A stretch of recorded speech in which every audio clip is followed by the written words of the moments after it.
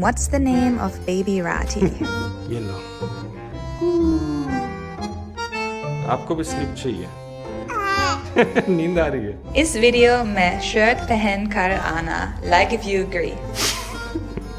Unfortunately ये ख्वाहिश आपकी पूरी नहीं हो पाएगी। विश्व गुरु बनना ही क्या हमारा ऑब्जेक्टिव होना। अस्सलाम वालेकुम, कैसे हैं आप सब? Welcome back my channel. आपने क्लिप देख ही लिया होगा। आज का वीडियो है ध्रुव राठे के ऊपर। जी हाँ, ध्रुव राठे को कौन नहीं जानता। उन्होंने एक वीडियो बनाया है और अपने बारे में कुछ बताया है, जैसे कि पर्सनल लाइफ हो गया, बस थोड़ा बहुत उन्होंने शेयर किया है। चलिए उनका वीडियो देखते हैं, जानते हैं वो क्या कहते हैं। और वो थे कमेंट्स, जो लोगों के कमेंट्स उनके वीडियो पे आते हैं, उसका क्वेश्चन आंसर है। चलिए देखते हैं लोगों का क्या क्वेश्चन है और क्या आंसर है ध्रुव राठे का। चलिए देखते हैं।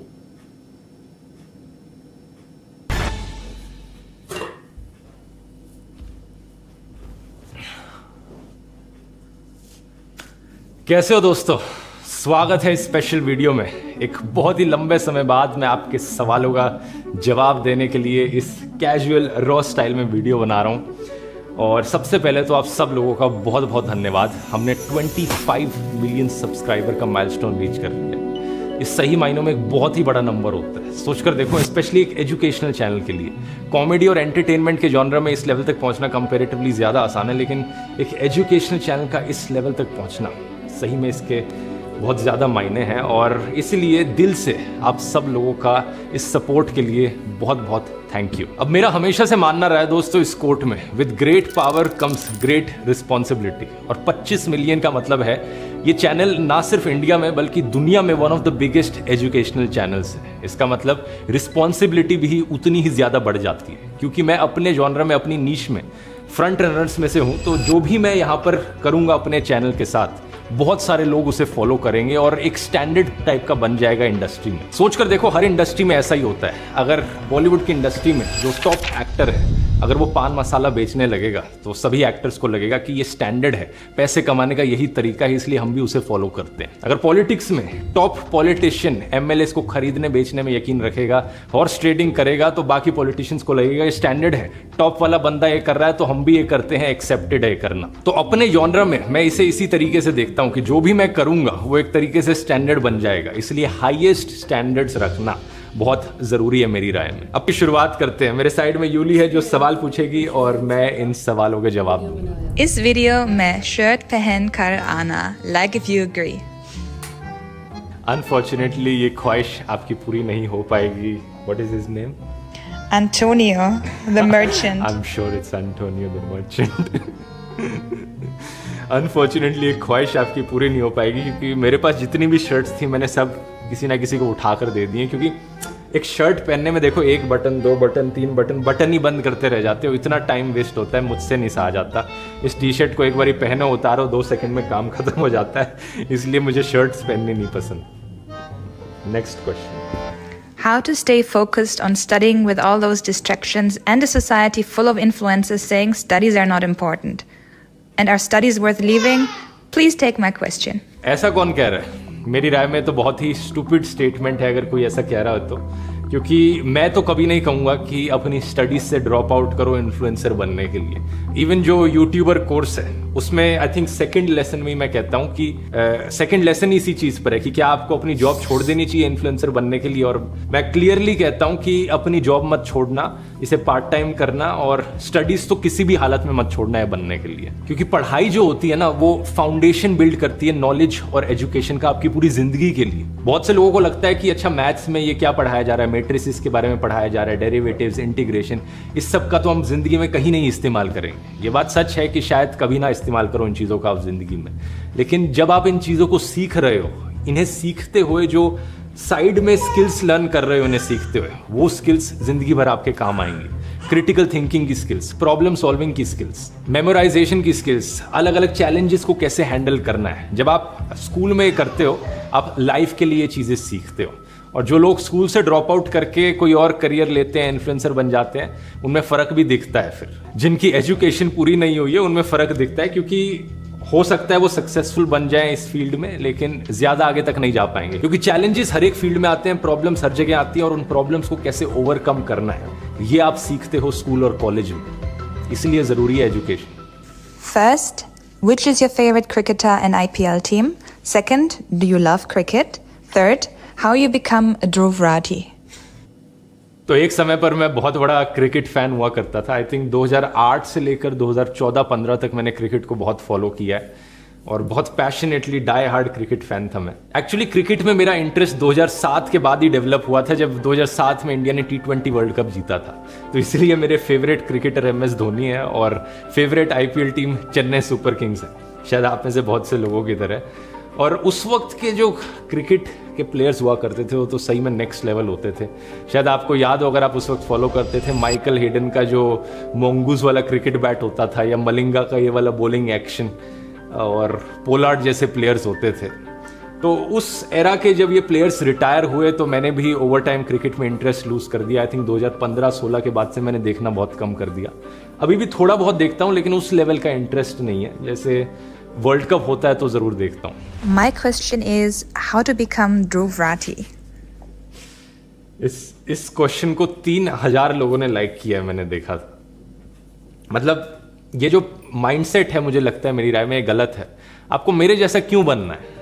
आपको अपने जैसा बनना चाहिए। मुझे देखो, अगर मैं बचपन में कहता कि मुझे इस जैसा बनना है या मुझे उस सेलिब्रिटी जैसा बनना है, तो क्या मैं कभी ध्रुव राठी बन पाता? नहीं बन पाता। पता नहीं, लोगों को हर एक फेमस आदमी को देखकर या औरत को देखकर यही लगता है कि मुझे उस जैसा बनना है। किसी को इतना आइडलाइज मत करो कि उस जैसा बनना है मुझे, क्योंकि मेरी जर्नी, और फॉर दैट मैटर किसी की भी जर्नी, उनके एक्सपीरियंसेस से, उनकी ख्वाहिशों से, उनकी खुद की मोटिवेशन से शेप होती है, और हर किसी के ये एक्सपीरियंसेस यूनिक होते हैं। आपको क्यों किसी और के रास्ते पर चलना है जब शायद आपके रास्ते पर और भी ज्यादा पोटेंशियल छिपी हो? आप अपने आप को किसी और जैसा बनाने की कोशिश मत करो। आप अपनी स्ट्रेंथ्स, अपनी इंडिविजुअलिटी और अपनी एस्पिरेशंस को एम्ब्रेस करो, ताकि आप वो बन सको जिसकी आप में पोटेंशियल है। Where is your house? Where do you live now? How much money have you earned from YouTube? How old are you? Why don't you live in India? How did you succeed so quickly? Mother and father name? पूरा biodata मांग रहे हो आप लोग। तो इस type के जो सवाल है ना, कि क्या है ये सवाल कि मेरा घर कहाँ है, मैं कहाँ रहता हूँ, मदर नेम क्या है, फादर नेम क्या है, इन सब सवालों को मैं आंसर नहीं करूँगा प्राइवेसी की वजह से, क्योंकि प्राइवेसी की अहमियत बहुत ज़्यादा होती है। ज़्यादातर लोग ये समझते नहीं है, बहुत से इन्फ्लुएंसर्स ये समझते नहीं है। लेकिन एक वीडियो ज़रूर मैंने बनाया है अपनी पर्सनल लाइफ स्टोरी पर। ये वाला वीडियो अगर आपने नहीं देखा हो, इसका लिंक डिस्क्रिप्शन में डाल दूंगा। जितना इस वीडियो में मैंने बताया है, उससे ज़्यादा मैं अपनी प्राइवेट लाइफ के बारे में नहीं बताना चाहूँगा, स्पेशली अपने फैमिली मेम्बर्स के बारे में। What's the name of baby Rathi? ये भी एक और ऐसी चीज़ है जो मुझे लगता है मैं प्राइवेसी की वजह से नहीं बताना चाहूँगा, लेकिन आप बेबी राठी को जिस नाम से बुलाना चाहो बुला सकते हो। जूनियर राठी, जूनियर, बेबी आपकी मर्जी है ये। और बेटा? बेटा बड़ा अच्छा नाम है। आप बेटा करके बुला सकते हो, मैं भी बेटा करके बुला लूंगा कैमरा के सामने। Where do you see yourself on the graph of left wing and right wing? ये जो चीज़ें हैं ना, लेफ्ट विंग, राइट विंग, ये सारे लेबल्स हैं। लेबल्स के पीछे भागना छोड़ दो। असलियत में लेफ्ट विंग और राइट विंग का जो मतलब था, वो फ्रेंच रेवोल्यूशन वाले वीडियो में मैंने बताया था कि ओरिजिनली इन टर्म्स का क्या मतलब था। लेकिन आज के दिन लोग इन शब्दों का मीनिंग भूल चुके हैं और इतना ज़्यादा मिसयूज़ कर चुके हैं कि इन लेबल्स के कोई मायने नहीं बचे आज के दिन। इंडिया में पूछोगे लेफ्ट विंग राइट विंग का क्या मतलब है, ज़्यादातर लोगों के दिमाग में ये परसेप्शन बना हुआ है, मोदी को आप सपोर्ट करते हो आप राइट विंग हो, मोदी को अपोज करते हो तो आप लेफ्ट विंग हो। लेकिन ये मतलब नहीं होता लेफ्ट विंग राइट विंग का। मैं सिंपल सी चीज़ कहूँगा, अपने आप को लेफ्ट विंग राइट विंग के लेबल से एसोसिएट करना बंद कर दो। ये यूजलेस चीज़ है। इंस्टेड पॉलिसीज़ पर फोकस करो। जब भी आप किसी के साथ डिस्कशन करते हो पॉलिटिक्स को लेकर, तो ये मत डिस्कस करो कि मैं राइट विंग हूँ, मैं लेफ्ट विंग हूँ, तुझे ये विंग होना चाहिए, वो विंग होना चाहिए। ये डिस्कस करो कि कैसी पॉलिसीज होनी चाहिए। क्या आप मानते हो कि पान मसाला पर बैन लगा देना चाहिए सरकार को? क्या आप मानते हो सरकार को ज्यादा पैसे खर्च करने चाहिए अच्छे स्कूल बनाने में, अच्छे अस्पताल बनाने में? क्या आप मानते हो कि हमारे पर्यावरण को बचाए रखना एक बहुत जरूरी चीज है, हमारी बायोडाइवर्सिटी को कंजर्व करना एक बहुत इंपॉर्टेंट चीज है देश के लिए? क्या आप मानते हो कंपनीज को एक्सप्लॉइट नहीं करना चाहिए अपने वर्कर्स को, एक 40 आवर वर्क वीक होना चाहिए? क्या आप मानते हो अमीर और गरीब के बीच में जो फर्क है वो कम होना चाहिए और एक गरीब इंसान को भी इक्वल अपॉर्चुनिटी मिलनी चाहिए लाइफ में ऊपर उठने की? ये ऐसे सवाल हैं दोस्तों जिनका मुझे लगता है आप में से ज्यादातर लोग हाँ में जवाब दोगे। और डिस्कशन इन्हीं चीजों पर होनी चाहिए, क्योंकि अगर इन लेबल्स के पीछे भागने लग गए तो पॉलिटिशियंस बस उसे डिवाइड करने के लिए इस्तेमाल करेंगे। लेकिन अगर आप बातों को, कॉन्वर्सेशन को पॉलिसीज पर रखोगे तो एक्चुअली में हम देश में डेवलपमेंट देख पाएंगे। How is brainwashing done through social media? तो ये बड़ा इंटरेस्टिंग सवाल पूछा है। कई बारी जिन लोगों को मेरे वीडियोस पसंद नहीं आते वो इस तरीके की चीज़ें लिखते हैं कि ये ध्रुव राठी तो सिर्फ ब्रेन वॉश करता है, इसे तो मैनिपुलेट करना आता है, सिर्फ ये एक मैनिपुलेटर है, इस तरीके की चीज़ें लिखते हैं। लेकिन मेरी राय में जब कोई ऐसा लिख रहा है तो ये बात समझ लो कि उनके पास मेरे आर्ग्यूमेंट्स का कोई काउंटर नहीं है, तभी वो ऐसी चीज़ें लिख रहे हैं। जब लोग गालियां देने लग जाते हैं और ऐसी चीजें लिखने लग जाते हैं, उनके पास मेरे फैक्ट्स का कोई जवाब नहीं होता, और वो ये चीजें कहते हैं अपनी ईगो को सेटिस्फाई करने के लिए। वो इस बात को मानने को तैयार नहीं है कि उनकी राय गलत थी इस टॉपिक पर। लेकिन अगर ये क्वेश्चन जेन्युइनली पूछा है कि ब्रेन वॉशिंग कैसे करी जाती है सोशल मीडिया पर, तो इसका असलियत में जवाब है दोस्तों, ऐसी खबरें दिखाकर जिन्हें सेलेक्टिवली चेरी पिक किया गया हो और जिनका पर्पस हो नफरत फैलाना समाज में। ये जो ओपी इंडिया, ANI और ये जो गोदी मीडिया प्लेटफॉर्म्स होते हैं, ये क्या करते हैं, ये सेलेक्टिवली आपको खबरें दिखाते हैं। मान लो देश में 80 मर्डर केसेस हो रहे हैं, ये क्या करेंगे, 2-3 ऐसे चुन लेंगे जहां पर क्राइम करने वाला एक मुसलमान हो, जिसके ऊपर जो विक्टिम हो वो हिंदू हो, और बार बार ऐसी खबरें आपको दिखाते रहेंगे जिससे आपके मन में ये पर्सपेक्टिव बने कि हिंदू खतरे में है। ये है ब्रेन वॉश करने का असली तरीका। और इसी प्रोसेस में बीच बीच में फर्जी खबरें भी डाल देंगे कि जबरदस्ती एक मुसलमान पर दोष डाल दिया, जबकि असलियत में ऐसा था नहीं। इसलिए इन लोगों को फैक्ट चेकर से इतनी प्रॉब्लम होती है, क्योंकि इनके सारे झूठ पकड़े जाते हैं। ये एजेंडा सामने आ जाता है ना कि इनका मकसद है हिंदुओं को खतरे में दिखाना। इसी चीज की डिटेल में बात मैंने इस वाले वीडियो में करी थी। ये एक पूरी सेंट्रलाइज्ड एजेंसी है जो इस काम पर लगी हुई है। आपके व्हाट्सएप में जो मैसेजेस आते हैं, टीवी पर जो आपको न्यूज दिखती है, सोशल मीडिया पर ये जो खबरें आपको दिखाई जाती हैं, बड़े सेलेक्टिवली ये एक एजेंडा पुश करते हैं। कई सारी टैक्टिक्स होती हैं इनकी। एक और स्ट्रैटेजी क्या होती है कि लोगों को इमोशनली एनरेज करो, लोगों के अंदर गुस्सा दिलाओ, ऐसी खबरें उन्हें दिखाओ जिससे कि एक्सट्रीम एंगर लोगों के अंदर जागे। इसके लिए क्या करते हैं ये लोग, अगर कोई क्राइम होता है तो उसको बहुत डिटेल में डिस्क्राइब करने लग जाएंगे कि इस क्राइम में या इस केस में ऐसे ऐसे एग्जैक्टली हुआ था, ये किया गया उस लड़की के साथ, ये किया गया उस औरत के साथ। मतलब किसी को भी देखकर, सुनकर वो या पढ़कर घिन आने लग जाएगी। ये डिस्गस्ट का इमोशन, ये एंगर का इमोशन, ये जितने सारे नेगेटिव इमोशंस होते हैं उनके साथ ये खेल खेला जाता है और आपके अंदर ये डर बिठाया जाता है। तो ब्रेन वॉशिंग की अगर आप डेफिनेशन देखोगे या फिर एक बारी चैट जीपीटी से पूछकर देखो, brain washing involves coercive methods to manipulate someone's beliefs और actions often through repetitive messaging. बार बार वैसी ही खबरें आपको दिखाते जाना, बार बार हिंदू खतरे में है, हिंदू खतरे में है, यही मैसेजिंग डालते जाना। And doesn't allow the individual to evaluate information freely. This process bypasses critical thinking. तो ये लोग नहीं चाहेंगे कि आप कभी भी क्रिटिकली सोचो, इसलिए ये फैक्ट चेकर्स कितना पीछे पड़ते हैं, यूनिवर्सिटीज, कॉलेजेस कितना पीछे पड़ते हैं। जो भी एजुकेशन का सिस्टम है उसे पूरी तरीके से सप्रेस करके रखो, क्योंकि हम नहीं चाहते लोग क्रिटिकली सोच सकें, खुद के लिए सोच सकें। इसलिए जो भी सवाल करें इनसे, उन्हें देशद्रोही घोषित कर दो, पाकिस्तानी घोषित कर दो। यही लेबल्स का इस्तेमाल किया जाता है ताकि लोगों को उनके सवाल सुनने का भी मौका ना दिया जाए। ये अपने आप में एक बहुत बड़ा टॉपिक और बहुत इंटरेस्टिंग टॉपिक है एक्चुअली में। इस पर एक अलग से वीडियो हो सकता है। अगर आपको लगता है, आप चाहते हो एक वीडियो हो, तो कमेंट्स में लिखकर बता सकते हो। अगला सवाल है, Dhruv Rathee most loved movie, और इसका जवाब मैं पहले दे चुका हूँ, 3 इडियट्स। लेकिन आप में से किसी ने कमेंट में ऑलरेडी लिख दिया है 3 इडियट्स, और उसके बाद पीके भी लिखा है, क्योंकि यही 2 मेरी टॉप फेवरेट मूवीज है। इसलिए किसी ने पूछा एक्सेप्ट पीके एंड 3 इडियट्स बताओ भाई। तो एक्सेप्ट पीके और 3 इडियट्स, मुझे स्पेस की मूवीज बहुत पसंद है, साइंस फिक्शन और मिस्ट्री मूवीज बहुत पसंद है। तो मैं कहूँगा I think Interstellar one of my favourites है, और द मार्शियन मूवी बहुत अच्छी लगी मुझे। My question is, why do you prefer living in another country instead of India? Just a genuine question, hope you would answer. ये वाला जो सवाल है, आई थिंक Q&A का जब मैंने कम्युनिटी पोस्ट डाला था, उस पर टॉप कमेंट यही था, 25,000 से ज्यादा लाइक्स है। तो देखो दोस्तों, बात कुछ ऐसी है कि जब मैं जर्मनी गया था, मैं 17 साल का था, पढ़ाई करने के लिए गया था, और करीब 2 साल बाद मेरी मुलाकात हुई यूली से, और फिर वहीं रहते रहते जब मैं पढ़ाई कर रहा था, मैंने YouTube पर काम करना भी शुरू कर दिया था। कुछ साल बाद ओवर टाइम मैंने अपने आप से सवाल किया कि क्या वापस इंडिया शिफ्ट हो जाना चाहिए या नहीं होना चाहिए। लेकिन कई सारे पर्सनल और प्रोफेशनल रीजंस फिर सामने आए। जैसे कि एक कारण ये था कि मुझे लगा मैं यहाँ पर काफ़ी एडजस्ट हो चुका हूँ अच्छे से, और अपना काम भी अच्छे से कर पा रहा हूँ, क्योंकि ये काम ऐसा है ऑनलाइन कहीं से भी हो सकता है दुनिया में रहते हुए।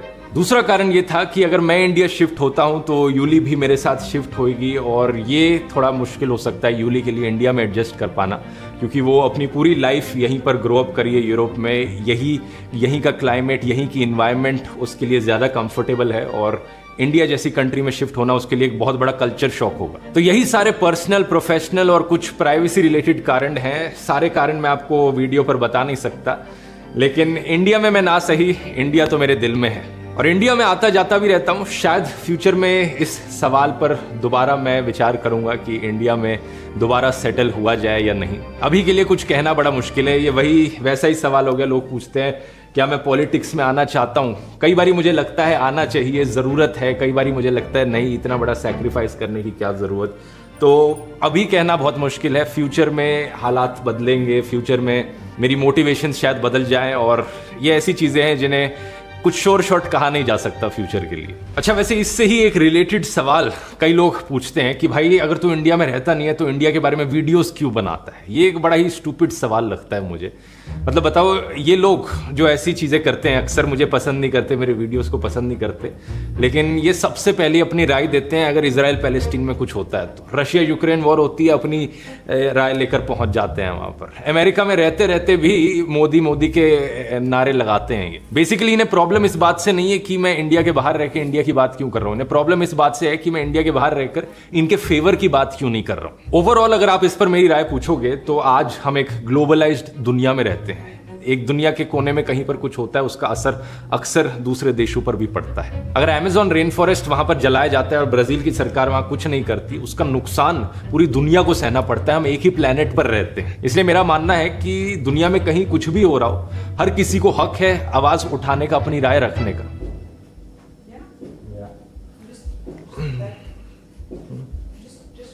या ओके।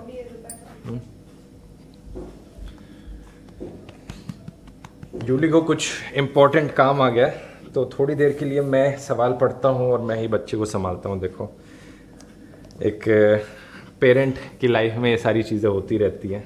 हमारे पास कोई और है नहीं मदद के लिए, कोई हेल्पर हमने हायर नहीं कर रखा। पेरेंट्स आ जाते हैं कई बार, लेकिन अभी और कोई है नहीं, तो इसलिए डखारा गई। अच्छा, अगला सवाल है what are your daily routines for maintaining a healthy lifestyle. तो ये बड़ा अच्छा सवाल है। देखो, हेल्थ के 4 पर्सपेक्टिव्स होते हैं, 4 पिलर्स कह सकते हो इन्हें। एक हो गया फूड, दूसरा हो गया एक्सरसाइज, तीसरा हो गया स्लीप और चौथा मेंटल हेल्थ। तो स्लीप तो आप जानते ही हो कितनी जरूरी है, मैंने बहुत वीडियोस में इसकी बात करी है। क्या हो गया? हाँ, स्लीप चाहिए आपको भी स्लीप चाहिए। नींद आ रही है?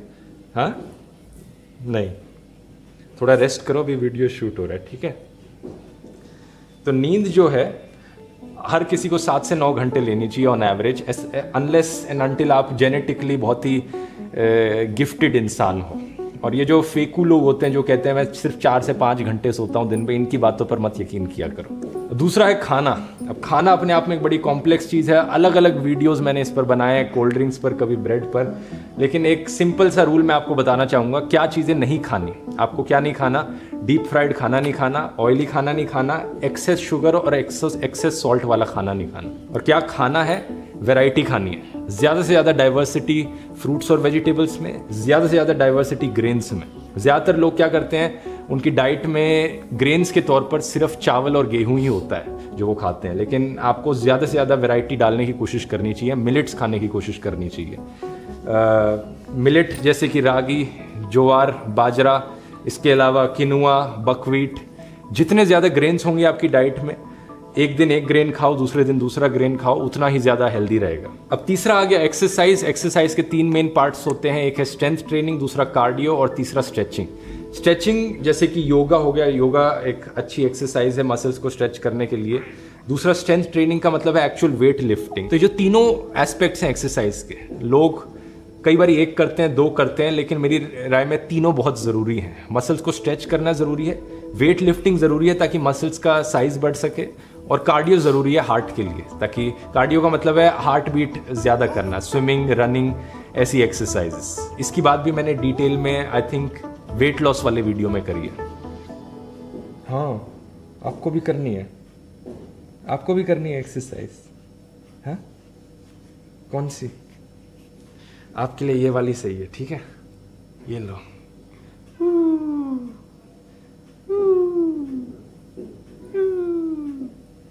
अनभक्तों की तरफ से एक सवाल है कि भारत कब विश्व गुरु बनेगा? देखो, ये सवाल ही गलत है अपने आप में। विश्व गुरु बनना ही क्या हमारा ऑब्जेक्टिव होना चाहिए यहाँ पर? मेरी राय में नहीं। कौन सा देश विश्व गुरु है आज के दिन? यूएस से ज्यादातर लोगों की राय में अमेरिका सबसे बड़ी सुपर पावर है दुनिया की। लेकिन क्या एक आम इंसान अमेरिका में खुश है? एक आम इंसान अमेरिका में उनकी जिंदगी कैसी बीतती है? स्कूल शूटिंग्स होती हैं, हथियारों की इतनी बड़ी प्रॉब्लम है, ओबेसिटी की इतनी बड़ी प्रॉब्लम है, कॉर्पोरेटाइजेशन इतना हो रखा है अमेरिका में कि लोगों की डाइट इतनी अनहेल्दी है। और अमेरिका को फिर कंपेयर करो ऐसे देशों से जो विश्व गुरु नहीं है लेकिन जहां पर लोग सबसे ज्यादा खुश हैं। स्वीडन, फिनलैंड, डेनमार्क, नॉर्वे, ये जो देश है यहाँ पर सबसे ज्यादा साफ हवा है, सबसे ज्यादा साफ पानी है और लोग सबसे ज्यादा खुश रहते हैं। तो मेरी राय में हमारा फोकस यहाँ पर होना चाहिए एक आम इंसान की जिंदगी सुधारने में। कैसे एक देश अपने सिटीजन्स की लाइफ क्वालिटी को सबसे टॉप पर ले जा सकता है। हमारा फोकस यहाँ विश्व गुरु बनने पर नहीं होना चाहिए। एक देश सुपर पावर बन जाए ना बने, इससे कोई फर्क नहीं पड़ना एक आम इंसान की जिंदगी में। House tour, studio tour, which car you have? देखो, हाउस टूर मैंने एक व्लॉग में कराया था। आपको भी करना है क्या हाउस टूर? हाँ, क्या करना है आपको भी? थोड़ी देर में मम्मी आ रही है, उसके फिर दूध मिल जाएगा, ठीक है? मम्मी थोड़ी देर में आ रही है, थोड़ी देर वेट करो, थोड़ा सब्र करो, ठीक है? थोड़ा सब्र करो, 5 मिनट सब्र, 5 मिनट सब्र करो, ठीक है? एक और सवाल कर लेते हैं। हाउस टूर मैंने इस वाले ब्लॉग में कराया है और स्टूडियो टूर यूट्यूबर कोर्स वाले में मैंने बहुत डिटेल में कराया। एक एक इक्विपमेंट का पीस समझाया है मैं कौन सी इक्विपमेंट का इस्तेमाल करता हूँ, कौन से सॉफ्टवेयर्स का इस्तेमाल करता हूँ, सब कुछ समझाया है। और जहाँ तक गाड़ियों की बात है, मैं कार्स के पूरी तरीके से खिलाफ हूँ। इनफैक्ट गाड़ियों पर ही। हाँ, क्या हुआ? हाँ, दूध चाहिए, दूध चाहिए। हाँ, अनफॉर्चुनेटली दोस्तों, हमारे बेटे की वजह से यहाँ पे थोड़ा इंटरप्शन करना पड़ेगा। दूध लेने की डेस्परेशन कुछ ज़्यादा ही बढ़ गई है, तो अब मुझे थोड़ा घुमाना पड़ेगा जब तक यूली वापस नहीं आ जाती। तो फाइनली दूध मिल गया बेटे को। अब हम कंटिन्यू करते हैं। कहाँ पर था मैं? Which car do you have? इसकी बात मैंने काफ़ी बारी करी है। मेरे पास कोई गाड़ी नहीं है, मैं कोई गाड़ी ओन नहीं करता। इनफैक्ट मैं गाड़ियों के सख्त खिलाफ हूँ। इस पर एक पूरा वीडियो भी बनाया है। गाड़ियों से पोल्यूशन फैलता है, गाड़ियों से एक शहर में वॉकेबल स्पेसेस खत्म हो जाती हैं, जिससे कि हम चलकर कहीं नहीं जा पाते, चीज़ें दूर हो जाती हैं, हमारे एक्सरसाइज पर भी उससे इम्पैक्ट पड़ता है। बहुत सारे नुकसान है गाड़ियाँ इस्तेमाल करने के। तो प्राइवेट कार्स के मैं सख्त खिलाफ हूँ। लेकिन मैं ये भी मानता हूँ कि मेरी ये चॉइस एक प्रिविलेज की पोजीशन से आती है, क्योंकि हर कोई अफोर्ड नहीं कर सकता। हर कोई ऐसे देश, ऐसे शहर में नहीं रहता जहाँ पर गाड़ियों के बिना काम हो सके। ये तभी पॉसिबल है जब एक शहर का, एक देश का पब्लिक ट्रांसपोर्टेशन सिस्टम बहुत अच्छा हो और वॉकेबल स्पेसेस बनाई जाए, वॉकेबल सिटीज बनाई जाए। प्रियंका वर्मा पूछती हैं, can you actually have fun while travelling with side by side shooting vlogs? Don't you get frustrated with taking your camera everywhere? तो कैमरा ले जाना अपने आप में कोई मुश्किल चीज़ नहीं है, क्योंकि मैं सारे व्लॉग्स फोन से ही शूट करता हूँ। लेकिन ये पॉइंट ज़रूर है कि जब मैं ट्रैवल कर रहा होता हूँ, कितना खुद से इंजॉय करूँ और कितना व्लॉग्स शूट करूँ, ये सही में एक कॉम्प्रोमाइज़ है, इससे इफेक्ट तो पड़ता है। और यही कारण है कि आपने देखा होगा पहले जो व्लॉग्स होते थे, ट्रैवल व्लॉग्स, वो काफ़ी फ्रीक्वेंसी के साथ आते थे। हर हफ्ते एक नया व्लॉग आता था। लेकिन अब मैंने क्वांटिटी को बहुत कम कर दिया है, और इसके पीछे बड़ा कारण यही है कि मैं एक्चुअली ट्रैवल को एंजॉय भी कर पाऊँ शूट करने के साथ साथ। लेकिन इसका एक साइड इफेक्ट ये हुआ है कि क्वालिटी भी बहुत ऊपर चली गई है। तो ये एक अच्छा डिसीजन रहा लुकिंग बैक, कि व्लॉग चैनल पर अब जब व्लॉग आता है 2-3 हफ्ते में एक बार ही आता है, लेकिन उस व्लॉग की जो क्वालिटी होती है वो कहीं ज़्यादा बेहतर होती है, क्योंकि अब 3-4 दिन जो हो रहे हैं ट्रैवलिंग के, उन्हें 10 से 15 मिनट के व्लॉग में कंप्रेस किया जा रहा है। तो सिर्फ जो सबसे इंटरेस्टिंग, सबसे अच्छी और सबसे एजुकेशनल चीज़ें वही दिखाई जा रही हैं व्लॉग में। क्योंकि एक और नुकसान क्या है डेली व्लॉगिंग का, जब आप अपनी रोज़मर्रा की ज़िंदगी फिल्म करते हो, हर किसी की ज़िंदगी में, चाहे आप कितने ही इंटरेस्टिंग इंसान क्यों ना हो, हर किसी की ज़िंदगी में हर दिन कुछ इतना इंटरेस्टिंग नहीं होता कि उस पर एक वीडियो बनाया जा सके। इसलिए डेली व्लॉगर्स अक्सर मजबूर हो जाते हैं कोई फालतू का ड्रामा करने पर, अटेंशन के लिए, व्यूज़ के लिए, जो कि थैंकफुली मुझे नहीं करना पड़ता। मैं सिर्फ अपने कंटेंट पर रिलाई कर सकता हूं अगर क्वांटिटी कम हो और क्वालिटी ज़्यादा हो तो। सर, अपनी बुक्स रिकमेंडेशन दो। इसी से ही रिलेटेड काफ़ी सवाल पूछे गए हैं। एक ये भी है, what's the book you highly recommend to your audience and what's the best book you have read so far? तो एक्चुअली जो बुक्स मैं अभी पढ़ रहा हूँ, मैं आपको बुक शेल्फ से लाकर दिखाता हूँ। तो बात क्या है, मैं जब भी किताबें पढ़ता हूँ मैं 2-3 किताबें एक साथ पढ़ता हूँ, क्योंकि कई बारी एक किताब को पढ़ते पढ़ते थोड़ा बोरिंग हो जाता है। तो थोड़ा इंटरेस्ट बनाए रखने के लिए मैं हर एक जॉनरा की अलग अलग किताब पढ़ते रहता हूँ साथ साथ। तो एक ये किताब है good nature, the new science of how nature improves our health. इस किताब में ढेर सारे साइंटिफिक एविडेंसेस के साथ ये दिखाया गया है कि किन अलग अलग तरीकों से नेचर में रहना, पेड़ पौधों में रहना, फॉरेस्ट के पास रहना हमारी हेल्थ को इम्पैक्ट करता है, और एग्जैक्टली कैसे कैसे करता है। हमारी हेल्थ, हमारी हैप्पीनेस सब कुछ इम्प्रूव होती है नेचर में रहने से। एक ये किताब है साइंस से रिलेटेड जो मैं पढ़ रहा हूँ, इम्पॉसिबल, पॉसिबल एंड इम्प्रॉबेबल। ऐसी साइंस जो स्ट्रेंजर देन फिक्शन है, बहुत ही इंटरेस्टिंग लगी। और पॉलिटिक्स की फील्ड में अभी मैं ये किताब पढ़ रहा हूँ, चोक पॉइंट कैपिटलिज्म। इसमें बताया गया है कि कैसे बड़ी बड़ी कंपनीज जो हैं कंटेंट की फील्ड में, टेक की फील्ड में, उन्होंने कैसे अपनी मोनोपोली जमा ली है अलग अलग इंडस्ट्रीज में। म्यूजिक इंडस्ट्री हो गई, फिल्म इंडस्ट्री हो गई, और उन मोनोपोलीज का कैसे इन इंडस्ट्रीज में क्रिएटिविटी पर इम्पैक्ट पड़ रहा है। जो लोग इन इंडस्ट्रीज में काम करते हैं उन पर तो एक बुरा असर पड़ ही रहा है, लेकिन उसके साथ साथ कैसे पूरी इंडस्ट्री में क्रिएटिविटी डाउन जा रही है और लोगों के लिए ओवरऑल एक बहुत बुरा असर पड़ रहा है। ये वाला सवाल बहुत ही ज्यादा लाइक है, 2000 से ज्यादा लोगों ने लाइक किया है। Do you believe in God? If yes then is it formless or not? Do you believe in any religion? इसका जवाब भी बड़ा सीधा है, नहीं। मेरी राय में जितना भी कुछ मैंने सीखा है दुनिया के बारे में, हमारी प्लैनेट की हिस्ट्री के बारे में, एवोल्यूशन के बारे में, ये सारी चीज़ों को समझकर मैंने जो अंडरस्टैंडिंग डेवलप करी है, मेरी राय में कोई भगवान, कोई अल्लाह, कोई गॉड एग्जिस्ट नहीं करता। लेकिन एट द सेम टाइम मैं मानता हूं कि ये सवाल काफ़ी डिबेटेबल है, इस पर बहुत लंबी चर्चा करी जा सकती है। और जो लोग, दूसरा ओपिनियन है जिन लोगों का, उनके ओपिनियन की मैं रिस्पेक्ट करता हूं। अगर आप में से किसी को लगता है कि गॉड एग्जिस्ट करते हैं तो मैं उस बात का रिस्पेक्ट करता हूं, क्योंकि ये कोई ऐसा सवाल नहीं है जो बड़ी आसानी से आंसर किया जा सके। साथ ही साथ मैं ये भी कहना चाहूंगा कि मैं दुनिया के सभी धर्मों का आदर भी करता हूं और उनकी इंपॉर्टेंस भी समझता हूं। आप पूछोगे ये कैसे हो सकता है? अगर मैं भगवान में नहीं मानता तो रिलीजन्स की रिस्पेक्ट क्यों करता हूं? मैं इसलिए करता हूं क्योंकि दुनिया भर में बिलियंस ऑफ लोग रिलीजन को एक गाइडिंग लाइट की तरह देखते हैं। रिलीजन की मदद से करोड़ों लोगों को उम्मीद मिलती है, अपनी लाइफ में एक पर्पस मिलता है, अपनी जिंदगी में कठिनाइयों से लड़ने का एक जरिया मिलता है। और एक कल्चरल पर्सपेक्टिव से अगर देखा जाए तो रिलीजन्स लोगों को साथ में जोड़कर रखने का काम करते हैं। ढेर सारे कस्टम्स और ट्रेडिशंस रिलीजन से निकल कर आते हैं, जिनकी अपनी एक अहम जगह है हमारी इस दुनिया में। यही कारण है कि मैं अपने आप को एक हिंदू एथिस्ट बुलाता हूँ। मैं एक एथिस्ट हूँ, भगवान में नहीं मानता, लेकिन मैं हिंदुइज्म के ट्रेडिशंस और कस्टम्स को फॉलो करता हूँ, जैसे कि आपने शादी में देखा होगा। Do you think mythology is history?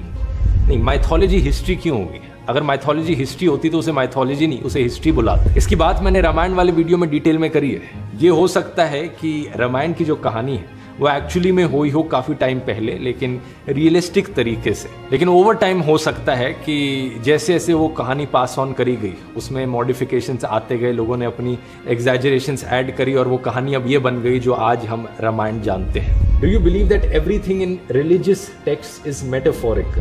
अब क्या मेटाफोरिकल है, क्या नहीं है, इस पर मेरी क्या राय है, इससे फर्क नहीं पड़ता। फर्क उससे पड़ता है कि जो इंसान उन रिलीजियस टेक्स्ट को पढ़ रहा है उसके पर्सपेक्टिव से वो चीजें मेटाफोरिकल हैं या लिटरल है। कुछ लोग सेम टेक्स्ट को पढ़कर लिटरली लेते हैं, कुछ लोग उसे मेटाफोरिकली लेते हैं। मेरा बस ये मानना है कि अगर कोई ऐसी चीज लिखी है किसी रिलीजियस टेक्स्ट में जो रैशनैलिटी के खिलाफ जाती हो, लॉजिक के खिलाफ जाती हो, या आज के दिन की हमारी मॉरल वैल्यूज के खिलाफ जाती हो, तो उसे या तो हमें इग्नोर कर देना चाहिए या फिर हमें उसे एक मेटाफोरिकल सेंस में लेना चाहिए। ये एक बहुत बड़ा फर्क है जो लोगों को समझना जरूरी है, क्योंकि यही फर्क होता है एक समझदार रिलीजियस इंसान में और एक ऐसे बेवकूफ रिलीजियस इंसान में जो अंधविश्वासी बन जाता है। तो उम्मीद करता हूं दोस्तों छोटा सा क्वेश्चन एंड आंसर सेशन आपको इंटरेस्टिंग लगा होगा। दिवाली की बहुत बहुत शुभकामनाएं। ध्रुव राठी एकेडमी पर किसी भी कोर्स में अगर आप इंटरेस्टेड हो, यही मौका है खरीदने का। कूपन कोड इस्तेमाल कीजिए दिवाली 56, फ्लैट 56% ऑफ पाने के लिए।